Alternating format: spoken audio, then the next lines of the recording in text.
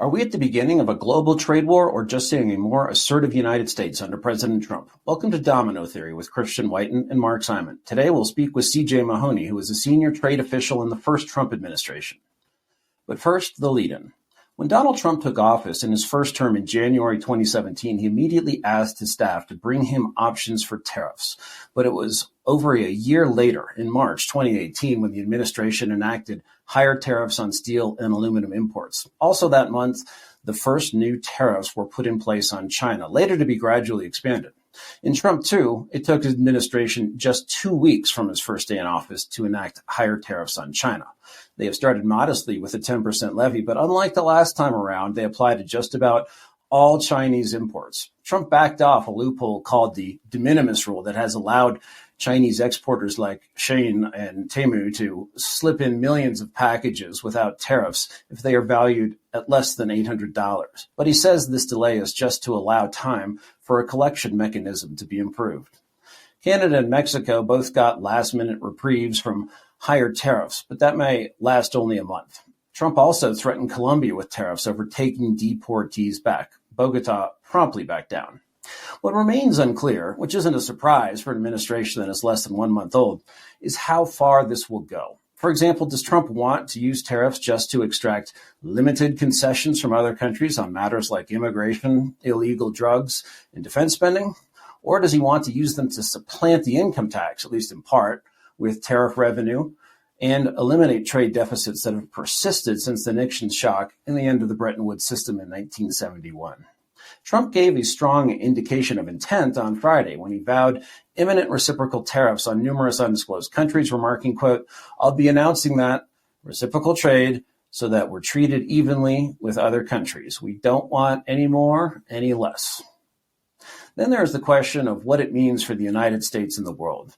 Most Americans seem to agree that globalist moves like NAFTA and giving China preferential trade status to get into the World Trade Organization have been harmful for America.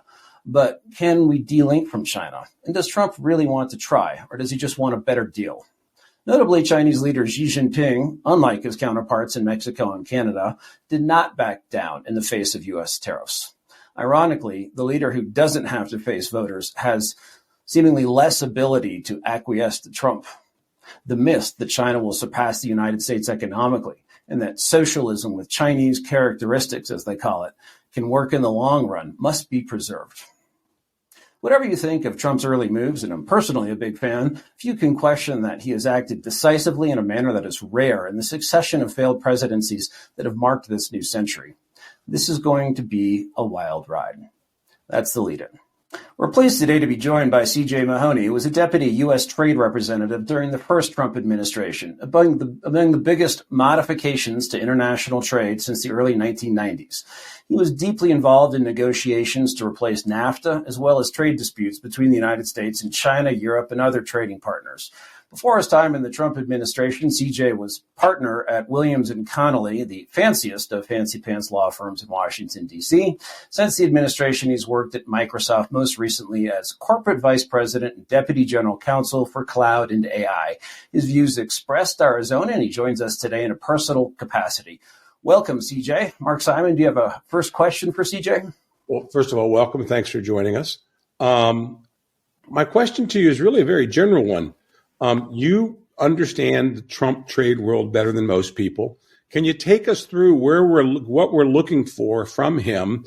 Starting in Europe, we can come back through Canada and Mexico, and then out to Asia, and particularly Japan. What are we looking from him in the near future? Well, first of all, thanks to you both. I'm a huge fan of the podcast and really appreciate the opportunity to come on. Mark, in answer to your question, if I had a crystal ball on this, I'd be doing something other than practicing law. Because I think it's very unpredictable. But at the same time, I think it is. I think that this administration has a very strong hand to play on trade.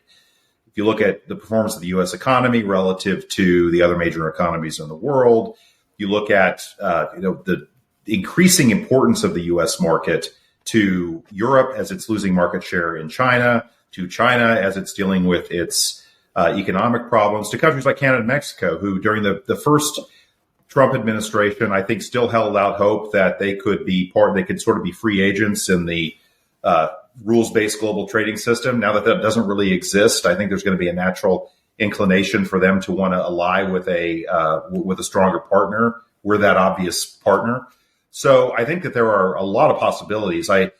Deals that I think we could not have struck in the first Trump administration, deals that have eluded the United States for a long time, I think are all possible now. I mean, the question, though, is what does the president want to do? And I think he said a number of things. I don't know that the strategy is, to the extent that the strategy is baked, I don't know what it is, because there are different things that he can do with tariffs. It's obviously going to be a tariff-first policy, but it's a question of what do you want to achieve with the tariffs? And he's talked about different things. You could use tariffs to raise revenue.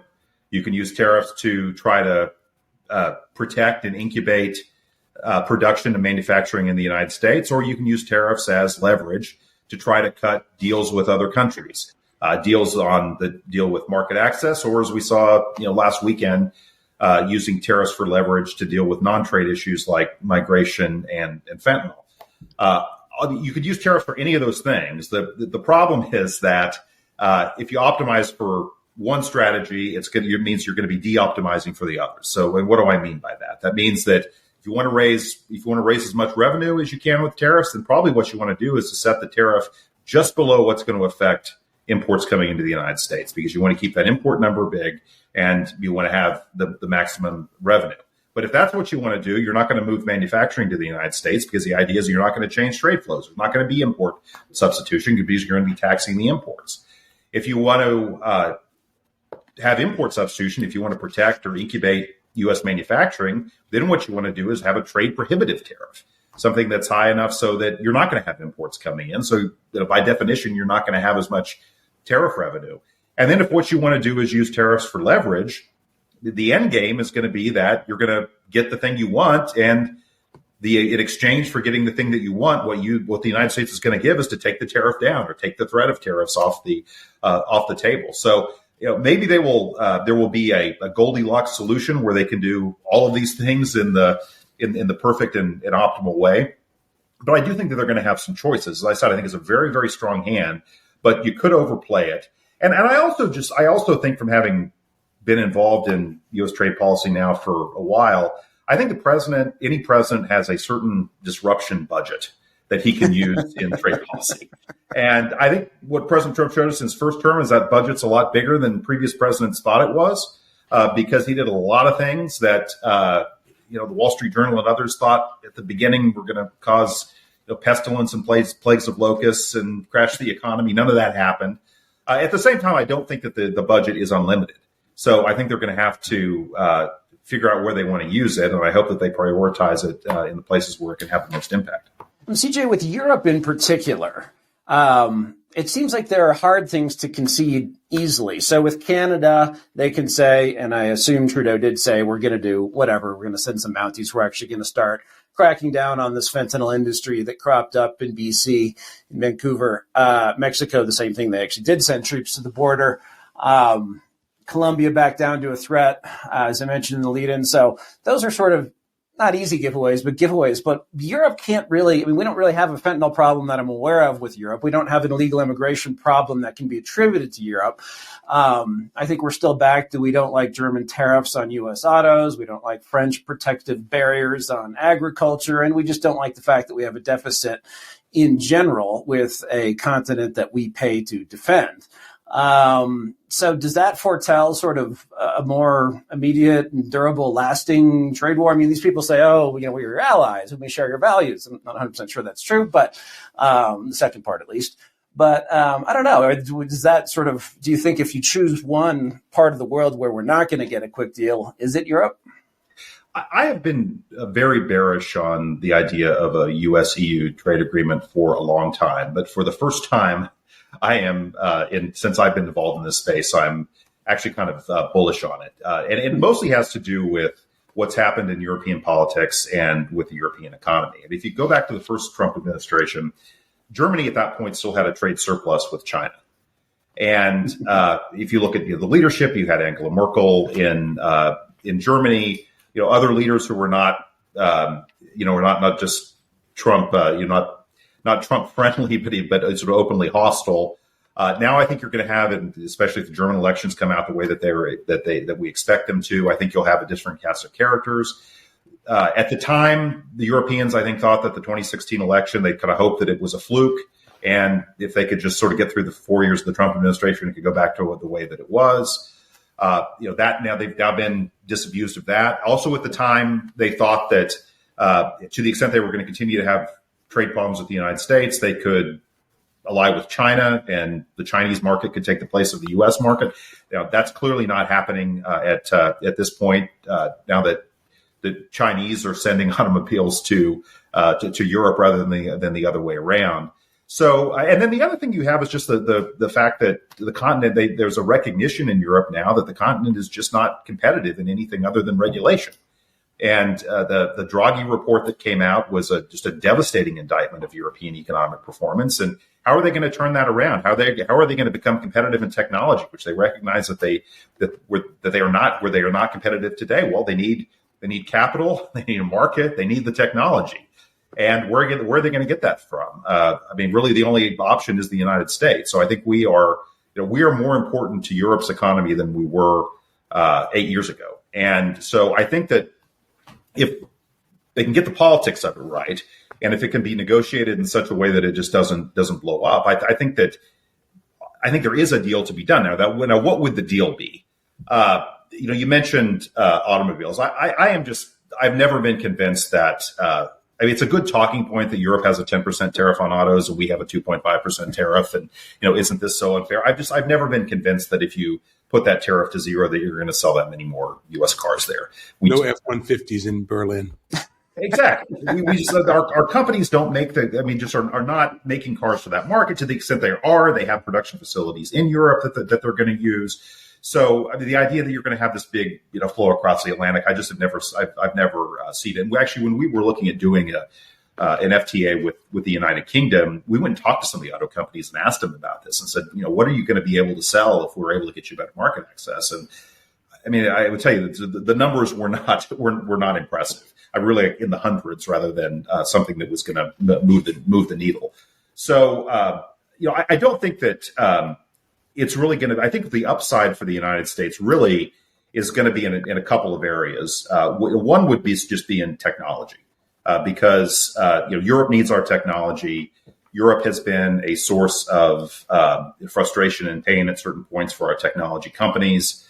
I think that there's an opening for some sort of a deal to create a common tech ecosystem between the United States and Europe. I think it would be in both of our interests to do that. I think you could also see some things on supply chains in areas where both of us are vulnerable, and if we could just compare notes about where that is and decide what is it that we can buy from each other that we're currently buying from others. I think there's an opportunity there. Some of the old issues like agriculture. I would hope that we'd have to do something on agriculture because you're never going to get a trade agreement. If you could say have to get this something through Congress. You're never going to get a trade agreement through Congress unless the farmers are happy. At the same time, though, I hope that the deal wouldn't founder on that very tricky political issue. One of the problems we've always had with Europe is that the center-right parties in Europe, which tend to be the most pro-U.S., are also parties that rely on rural and agricultural constituencies, and those constituencies want to compete with American farmers. So you'll have to work out something there. I think that there's a way to do that that's not going to result in complete free trade in agriculture between the United States and Europe. I don't think that's likely to happen, but I do think that there's a deal there. And then there's the whole security dimension too. We've already seen, it used to be the case that trade was in its own little box and security was in another little box. I think those things, even before President Trump conflated them last weekend by talking about using tariffs for drug interdiction and migration purposes. I think that they're just inherently enmeshed now anyway. So I think and to some extent, like with Europe, sometimes it's easier to solve a problem by making it bigger. And I think if we bring in national security and some of these other issues, there's a possibility there. So I've realized I don't want to be Pollyannish about this. I've given you a very glass half full estimation of what's possible. But this would have to be handled. It would have to be handled very delicately, because I think that if we start off with tariffs on the EU, what you're going to see is, to some extent, what you started to see in Canada over the weekend, which is a resurgence of national pride and retaliation, and so you could end up taking quite a few steps backward before you could you go forward. In my view, I don't think that at this point, given his record in the first administration, I don't think anybody doubts President Trump's willingness to put tariffs on a country if it doesn't cooperate with him.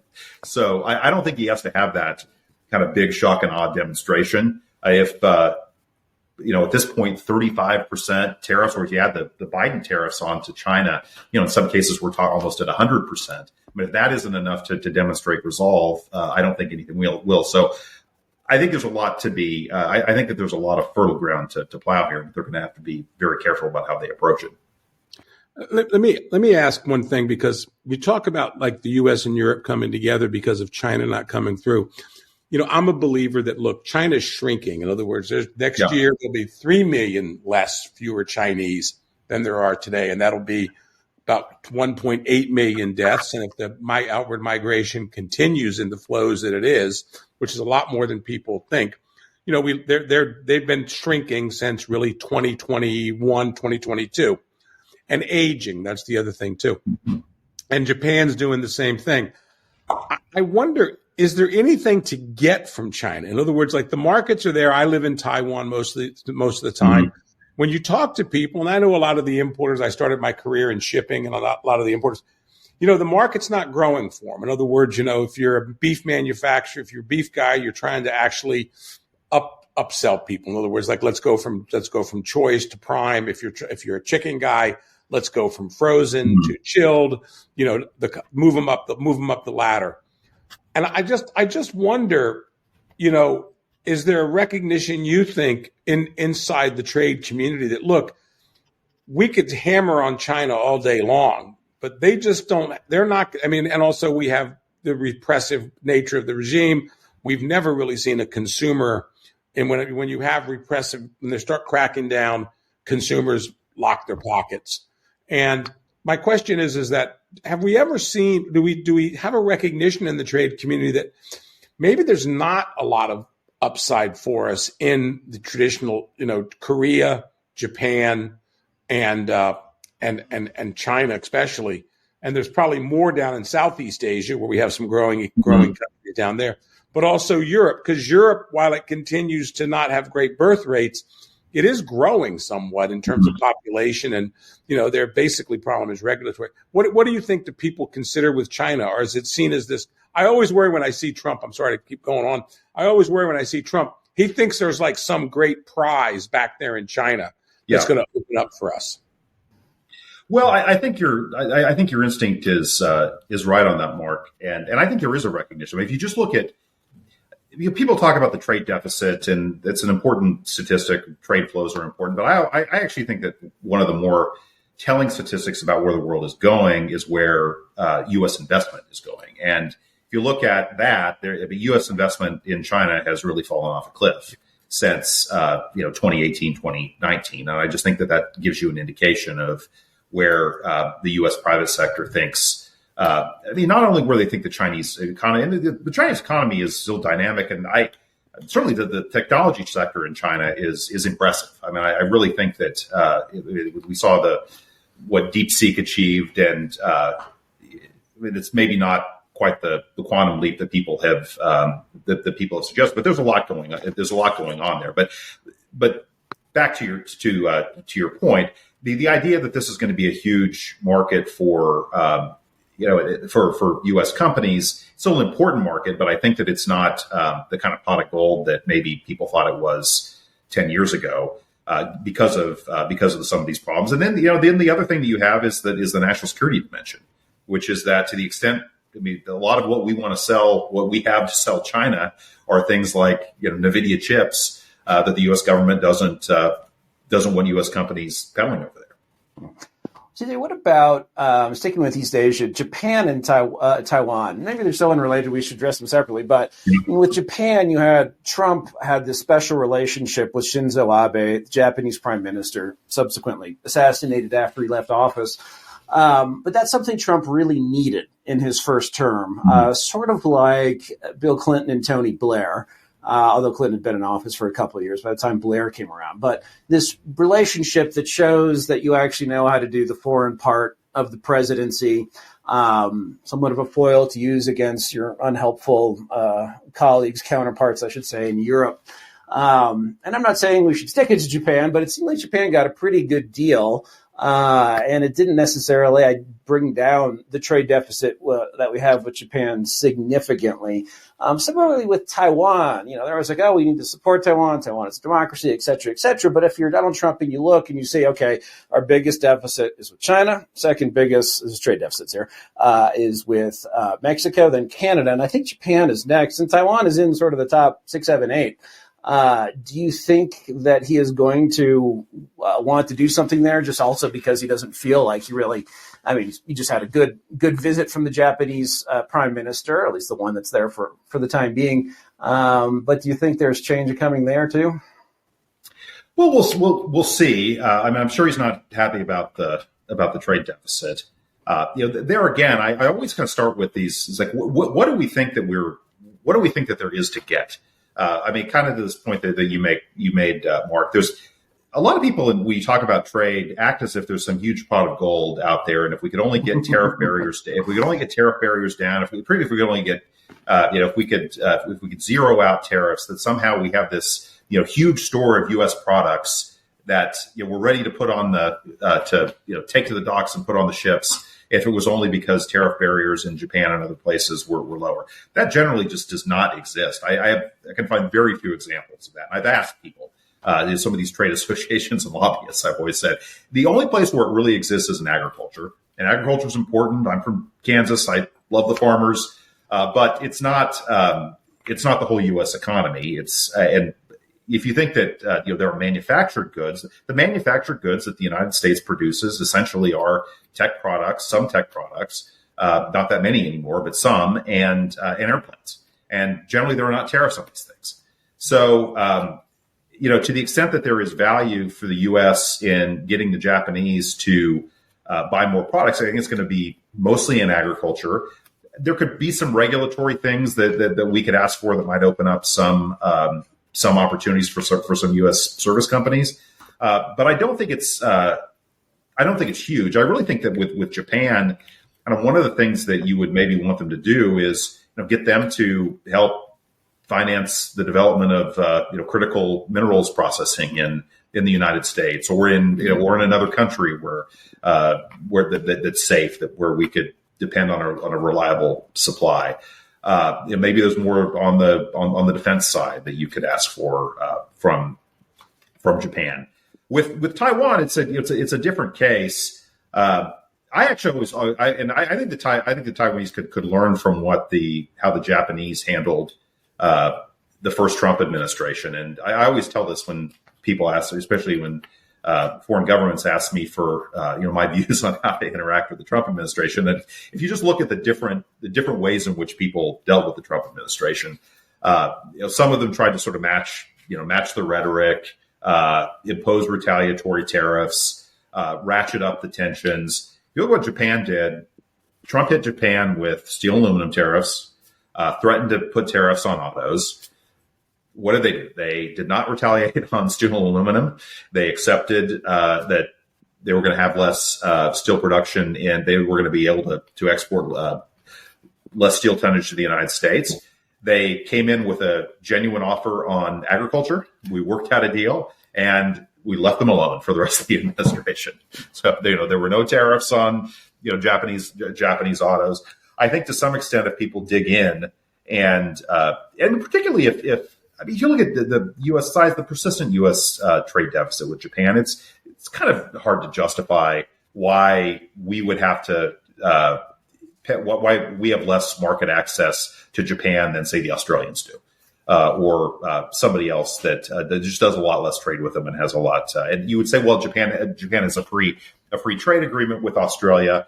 And that's true. But if you look at the importance of the economic relationship, we're clearly a much more important economic relationship. So we struck a deal with Japan where we basically got most of the market access for agriculture that we would have gotten in TPP, not all of it, but most of it. And in exchange, Japan got peace, at least for the duration of the first Trump era. Let me ask you a question real quick on when we talk about, what we're looking at, because I agree with you. I mean, I think we're going to, once you hit agriculture, I'm in Taiwan, God help us with pork with the Taiwanese, or even when we get out of the Philippines, I'm so old, I remember the chicken battles in the Philippines. Getting chicken in there. But the question I have to you is, when we look at China and we look at tech, I was watching CNBC today, and they were talking about the leaders in AI, the leaders in storage, the leader in services and things like that. Where do you think we'll be cutting the agreements? Because I don't see us, as you said, I don't see us doing anything with the Chinese, and I don't even know if we'll be doing anything with India. But I mean, where do you think what kind of trade deals are there? Are there any trade deals that are out there specifically on that front of technology? Well, I think Europe would be the most promising. But I think actually we need to work out something.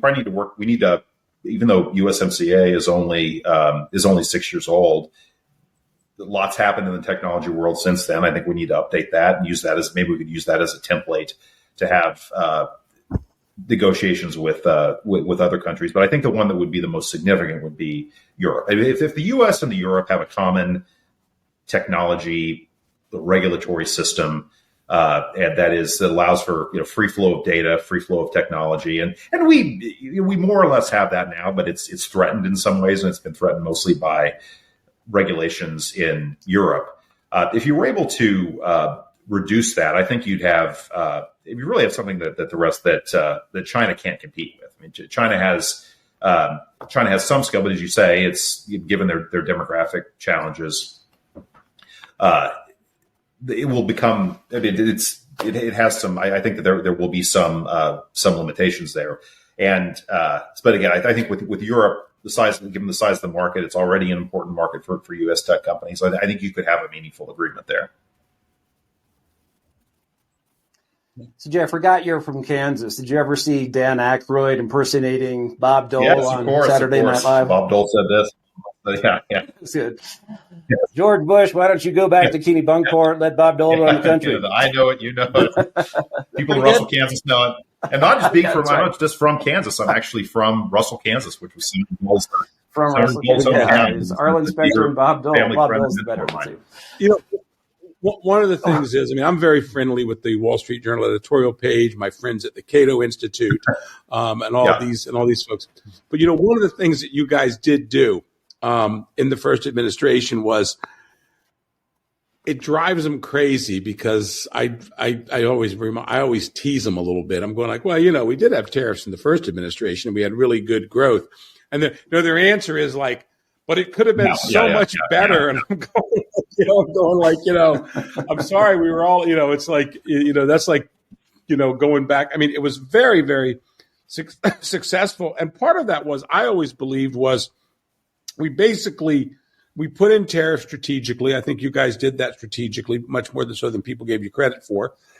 But also, we had this massive, I don't really think the tax cuts, I mean, they probably helped. I'm sure they helped. But this massive deregulation, do you see that ability coming? In other words, if we're going to put some tariffs in, do you see, are they conscious of that they're going to have to basically find other ways to, lower the cost as well, which is deregulation?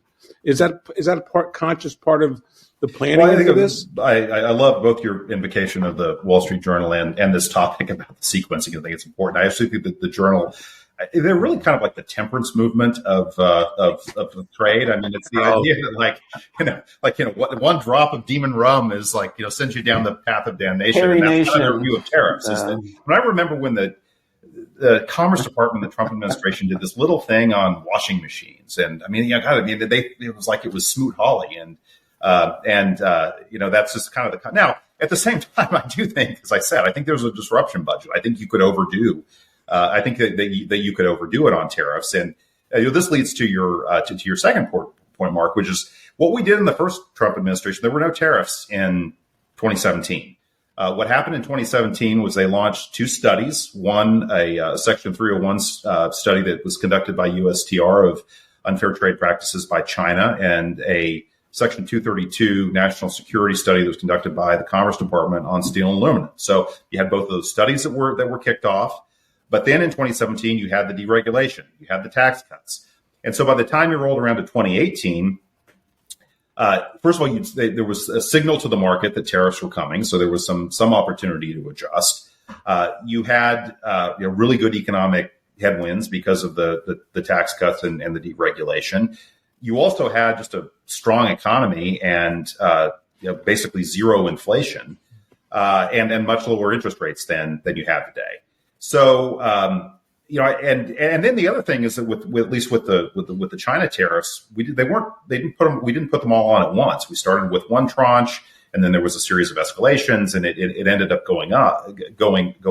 But we didn't force the markets to digest the whole thing in one piece. So, and personally, I think that sequencing and that targeting made a big difference. I mean, you could look back on it and you could say, well, if we weren't as careful, maybe we would have made more progress.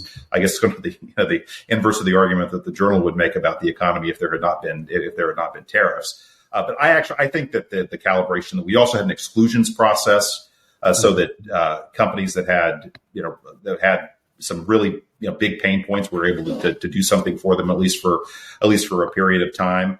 And it's unclear if they're going to follow that same strategy this time around. I mean, so far it seemed, we've heard a lot about tariffs before. There seems to have been a lot of progress on either the deregulatory or the tax cut fronts. And so again, it's different. I do think though that the margin of error now, although I think the opportunities are greater, I do think that the margin of error now, because of the state of the economy, and we just saw consumer sentiment tick down, it's an inflationary environment. And even though tariffs are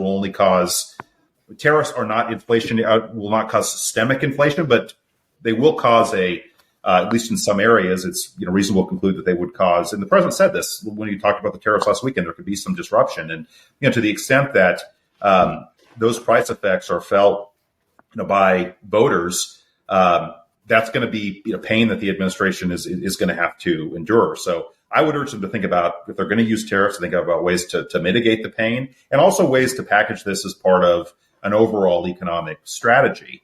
If you just they've talked about using tariffs to raise revenue, and I mean that's been certainly was a big part of how the government funded itself. At the turn of the century. But, it's one thing to just say, we're going to have a ring-fence tariff around the United States tomorrow. It's another thing to say, okay, we're going to have some low tariff that then is going to replace tax revenue on that we're, going to give back in the form of no tax on tips or, a lower, expanded child tax credit or something like that. I think that it's probably a lot more palatable and sustainable if it's part of a broader strategy. Right. You said that, tariffs at the turn of the century were a bigger part of the revenue mix, that, of course, being the turn of the 20th century, the beginning of the 20th century, not this one, when the government did a lot less. Because if you have, $2 or $3 trillion of total imports, assuming no decrease in supply and demand, you'd have to have like a 300% tax to get to the $7 trillion we spent. Excuse me, trillion, not billion. Yeah, you can't use it to replace the income tax. I mean, that's just the math just doesn't work. A little bit of an offset. But at the same time, you could raise a non-trivial amount of money doing it. And I'm not taking a position on it one way or another. But at least in theory, you can do that. Again, though, I think you got to decide: do you want to use these? Do you want to try to optimize for tariff revenue? Do you want to optimize for protecting manufacturing? Do you want to optimize for cutting deals? Well, and conservatives have talked for a while about taxing consumption instead of income. That's sort of maybe one way to do it, perhaps unintentionally. You mentioned the Commerce Department. So Howard Lutnick is Trump's choice for Secretary of Commerce. It's very interesting to me because talk to people across the whole Republican spectrum, from the Bushies to the New Right, and everyone hates Howard Lutnick. I don't know. I don't have anything personal against him. I never met him. I'm not going to ask you to comment. Don't want to get you in trouble. But he oversees the Commerce Department, which wasn't really thought of as this big element of trade until Trump won, where you have, is it ITA or BIS or both, using export controls. And I'm just curious if you think we have the right mix. The focus was on semiconductors in particular, beneath a certain nanometer standard. There's a little less talk about software, but software is, seemingly I've always contended that semiconductors are going to get boring again really soon, and that software is much more interesting and will be so as AI continues to ripple through the economy. But do you think we have the right focus and export control mix now? Well, I'll tell you, I'm a Howard Lutnick fan. I think he's I think he's a great guy.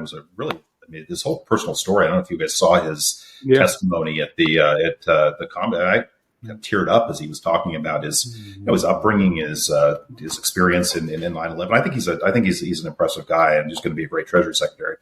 On the export control front, it's a difficult portfolio. I think it's a hugely important tool that the U.S. has to protect its technology and protect national security. At the same time, though, I think you've got to balance the desire to protect national security and prevent technology from getting into the hands of the bad guys with a recognition that what we really want is we want U.S. technology to be the standard in as many places, at least as many places in outside of adversaries that it can be. And if you hoard it too much, first of all, you're going to take profits away from the very technology companies that you need in order to remain at the cutting edge. You're also going to create artificial scarcity and create incentives for companies in China and elsewhere to go in and fill that demand. Mm-hmm. So there's got to be a balance, and it's difficult. It's definitely more of an art than a science, and it's difficult in the interagency process because the security agencies are going to take the position that we shouldn't send any of this stuff overseas. The economic agencies are going to want to be more permissive. I think it's really important, though, that we share our technology with as many. So certainly, we got to share it with allies, but I think you got to also look at some of the swing states. And I do think that there are ways that you can share a lot of, particularly if what you have are U.S. companies that are in those jurisdictions and providing the technology services.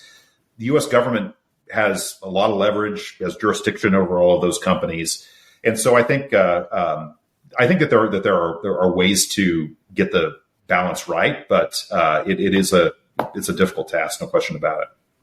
Let me ask one question on that. When we talk about technology, we're talking about knowledge and things like that. And, we did have, basically a lot of times we're just talking, when we talk trade, we're talking jobs, like jobs, jobs there. And, we did have, a recent blow up over the H-1B visas. Yeah.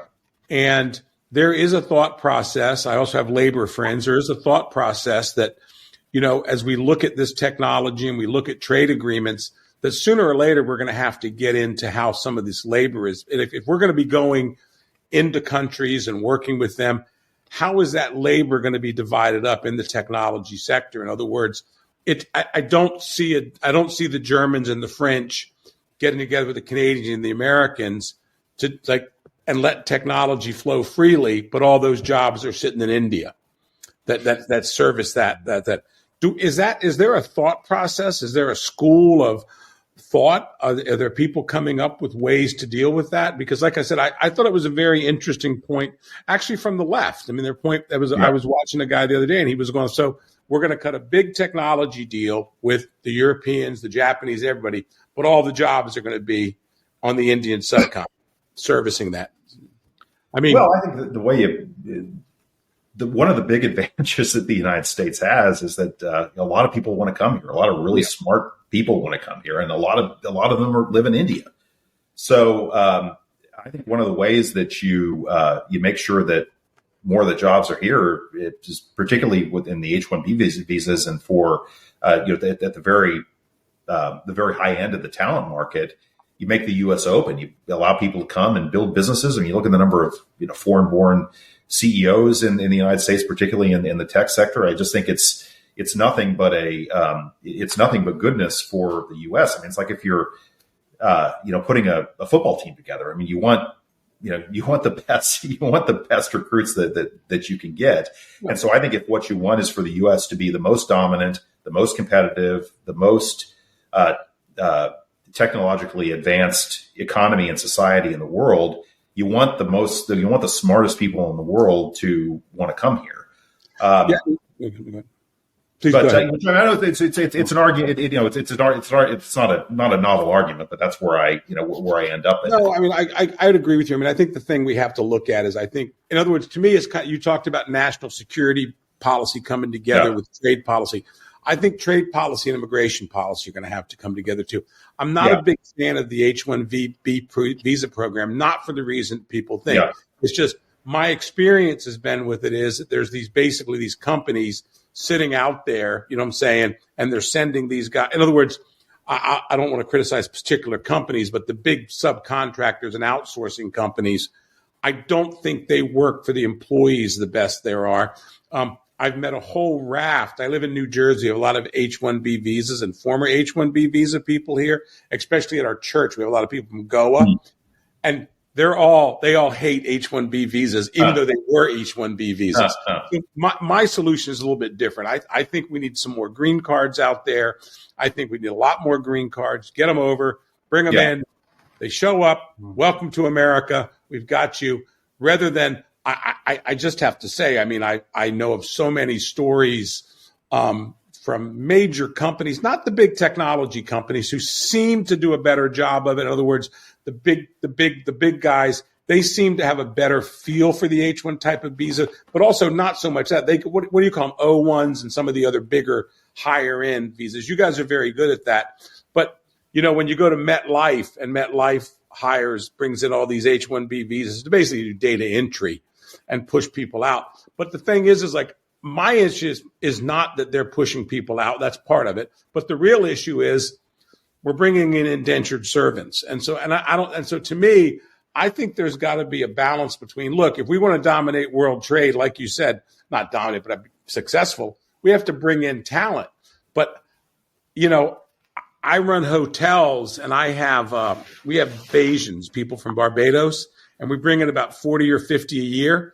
We actually have programs in Canada to convert them into permanent residents. However, they're very smart, and they understand that living in Barbados for 4 months a year and working in our place helps their tax situation. A much better tax situation, and also a much nicer life. Warm, Our guys, I'm not kidding you, like December 1st or whatever it is, once it gets cold, it's almost like they're geese flying south.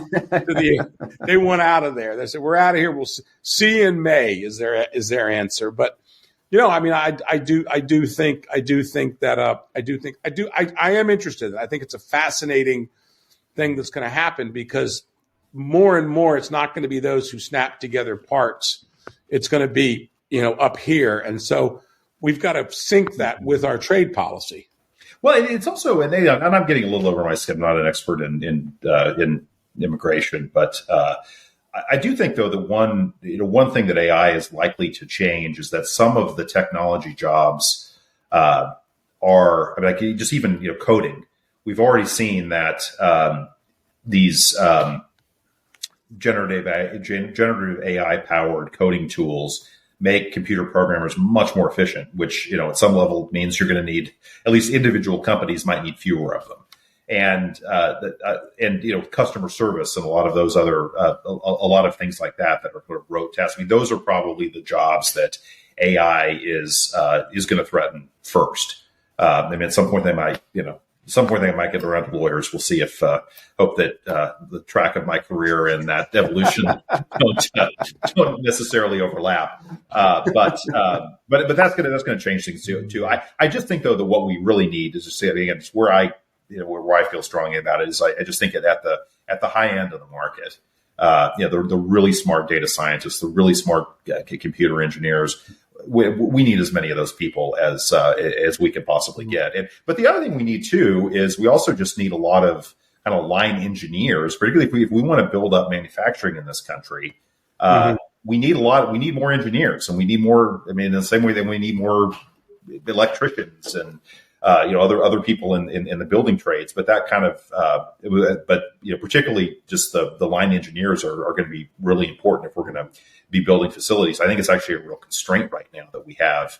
The U.S. is building a lot of factories right now, all over the place. But it's at some point we're going to run into some real capacity constraints because getting the land permits and the energy and the labor is. I think if you talk to anybody who's actually involved in any of these projects, it's really, really difficult. And I think that's got to be. I think you got to take account of that when you're thinking about trade policy as well. It takes a long time to reshore production, and if you've got something like the steel market tariffs work great for steel because we have all these steel mills in the country. They're all running at about like 60% capacity. So you put tariffs on steel, they can just put on another shift and crank out more steel. You put tariffs on something that we don't produce in the United States, you're going to have a difficult period of transition before somebody's willing to make the capital investment to build the new factory. Oh, that's true. That's true. You remind me of all the Germans we grabbed after the war, who were so helpful for our rocket program and our. Yeah, I'm glad we did that. It was good. It was either us or the Soviets. They wanted to come here, just like those who want to be in Barbados. America's a little more temperate than the Soviet Union for most of the year. Well, CJ, that's all the time we have. Thanks for joining us. We hope you'll come back soon. Everyone, thanks, and we'll be back soon with another episode of Domino Theory. Thanks so much, guys.